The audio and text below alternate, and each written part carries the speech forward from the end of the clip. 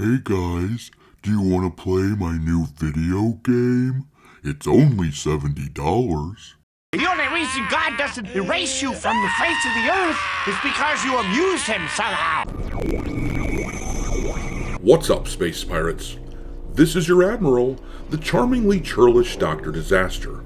And with all of the controversy surrounding Xbox as a brand right now, Outer Worlds 2 is a really interesting game to have coming out in a few weeks. And if I'm not being clear, when I say it's interesting, I mean it's interesting in a bad way. It's so bad! The irony of a company like Xbox raising its prices on Game Pass so that it costs $30 a month now to play new releases, and then one of the first major releases to happen after that price increase comes from the anti-corporate franchise Outer Worlds, a game which, funny enough, was originally announced as $80, but Xbox recognized that people were not happy with that price point at all, so they eventually had to push it back to $70, which is still way too damn much money if you ask me. But that irony is absolutely insane. We're not gonna make it, are we? And you've got to ask yourself, why would Xbox reverse their decision and revert the prices of their games to $70 after saying they were going to $80? This is an especially pertinent question considering that they've raised prices on pretty much everything else associated with the brand. The Xbox consoles all had their prices raised. Game Pass went up in price, so why go back on their announcement? Well, the answer seems fairly evident. Nobody was buying up any pre-orders for Outer Worlds 2. Just standing up for my rights as a consumer. Well, unfortunately for Xbox and Obsidian, lowering the price to $70 has not done much to improve their situation. If you look at the numbers for Outer Worlds over on the Steam charts, you will see that the game has just broken the top 500 bestsellers on Steam, despite being just a few weeks from release. As usual, Obsidian has designed a game for the modern audience, learning nothing from their pronoun debacle with Avowed earlier this year, and I am now happy to be able to report that, according to what I'm hearing from the retail spaces, the pre-orders for this game are completely abysmal. It is way behind the likes of Dragon Age the Veilguard, which flopped big time. Outer Worlds has no enthusiasm going for it at all. All I can do right now is put on a brave face and go out there and be their leader. It's over. We are screwed.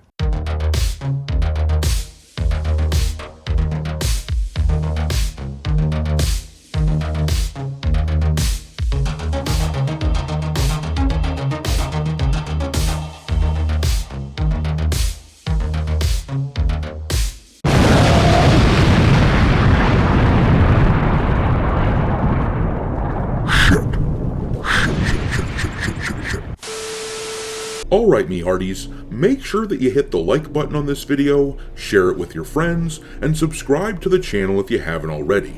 I've had a lot of people tell me that they have been unwillingly unsubscribed to the channel, so make sure that you check on that, and also give me a follow over on X, where my handle is Dr. Disaster1, and if you feel like supporting the channel and helping keep the lights on, consider becoming a member for as little as $5 per month. But anyhow, let's take a look at what we can expect from the Outer Worlds 2 release in just a few weeks. Now, one of the many things that are alarming for Outer Worlds 2 is the fact that the game has just broken into that top 500 of the bestsellers on Steam, as I showed you, and their follower count is roughly half of what it was compared to another Obsidian game that released earlier this year, Avowed. Now, that game was absolutely embroiled in controversy, as I'm sure most of you recall. We discovered a few months before its launch that they were using a pronoun system in the game where you could choose a pronoun that did not have to fit with your biology, and that sort of they-them pandering took a lot of people out of the game, so we complained about it, and even Elon Musk got himself involved, saying that it was this sort of thing that was unacceptable unacceptable in games like this, and as you may recall, the developers of Obsidian chose to brag about how happy they were to have made the likes of Elon Musk think that their game sucks.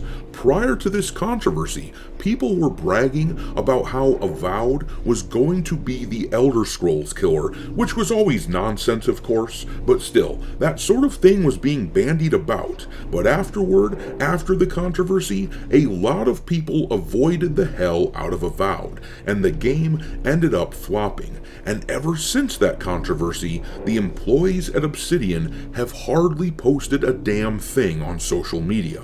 I'm sure that they were told by the people up high at the company that this was unacceptable, so they've shut their mouths. The problem is that the follower count on Steam for Avowed was well over 50,000 when they were only 3 weeks removed from that game's release, but Outer Worlds 2 has only about half that, as you can see here, which suggests that the extra attention that Avowed was getting may not have translated into sales. According to VG Analytics, they've only sold around 300,000 copies of the game, and on Steam, they didn't even hit 20,000 concurrent players despite all the members of the MoDeRn audience trying to hype this game up to own the chuds. So, while the controversy likely scared away a lot of sales, it also brought attention to Avowed that Outer Worlds 2 simply isn't getting. So, while I appreciate Obsidian keeping their damn mouths shut about modern day politics and that sort of thing,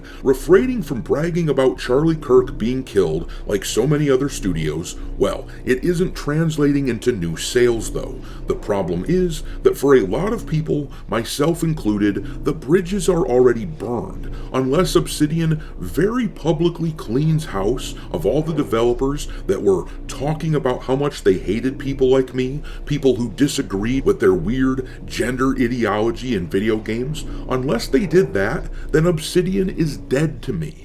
One of my favorite games of all time is KOTOR 2, which Obsidian made, and even if they made a remake of that game, a beat-for-beat remake of the game, just with maybe improved graphics or something, I still wouldn't buy it, because I refuse to support people who hate me. Besides, as I talked about several weeks ago, this game, Outer Worlds 2, is using a body type system as opposed to a male-female system when creating your characters, so that tells me that they still have not learned a damn thing. They are still pandering to the they-them crowd. But let's look at those pre-order numbers from retail stores. As I'm sure most of you know by now, I used to own my own gaming store which sold video games, and I still have a few contacts in retail spaces, specifically from people who, between them, run and have access to the data of nearly 50 stores which sell games, and they regularly feed me data about pre-orders for games so that we can see how well something is selling compared to its contemporaries. Using this data, I have successfully been able to predict the flops of Dragon Age the Veilguard and Star Wars Outlaws, despite the media trying to make it sound like those were going to be the biggest games ever last year, leading up to and even after their releases. Now, in those going on 50 stores, Outer Worlds 2, with about 3 weeks to go before launch, is sitting at 28 total pre-orders. Now, let's compare those numbers to the likes of Avowed. When that game was 3 weeks away from release, they had sold 16 pre-orders. But one thing to keep in mind with that game is the fact that it didn't really have a proper physical release. It only came out on Xbox, and they didn't release a disc copy. The box that you bought came with a code for a digital game, so only the most hardcore players who wanted a box to put on their shelves actually bought that game. Meanwhile, Outer Worlds 2 is also a PS5 release, but that has not helped the numbers very much for this game. To put things into perspective, when Dragon Age the Veilguard was 3 weeks from launch, it was at 42 pre-orders, and Star Wars Outlaws, when that game was 3 weeks removed from release, that game had 53 pre-orders, and as we know, both of those ended up selling very poorly for major AAA releases. So, Outer Worlds 2 is quite a bit behind both of those flops. And then, to give you an idea as to what a game looks like in these same stores when there is some hype and some buzz, Warhammer Space Marine 2 had sold 170 copies when it was 3 weeks away from release. That game ended up being a pretty decent-sized hit, and those are the numbers that a game like Outer Worlds 2 should hope to hit, especially now that so many people are canceling Game Pass. Theoretically, if Game Pass was the only reason that games like Avowed failed to sell copies, as so many Obsidian defenders suggested, since of course Avowed was a day one Game Pass release, and of course Outer Worlds 2 will be for the people who are paying the $30 a month to remain on Game Pass. But if that was true, if their claims were correct, then you would expect to see a sharp uptick in orders for Outer Worlds 2 in these retail stores in the next few weeks, with all the people who will no longer have access to the game through Game Pass swooping into the stores to get their copy. But the problem is that with or without Game Pass, the dynamic doesn't change. Outer Worlds 2 looks like bland corporate slop that few people actually care about. The so-called chuds know how the developers at Obsidian feel about us already, even though they are clearly trying to conceal it on social media these days. And the modern audience knows as well how Obsidian feels about them, but since they don't really buy video games anyhow, they simply aren't going to be much help, as this game is almost certainly doomed to flop. But I'm going to leave it there. Drop your derision of Obsidian and Outer Worlds into the comment section below, and we will talk there. Thanks for watching, me hearties. If you haven't already, your Admiral is inviting you to subscribe to the channel and become a part of the crew. Life as a space pirate may not be glamorous, but there's always plenty of booty.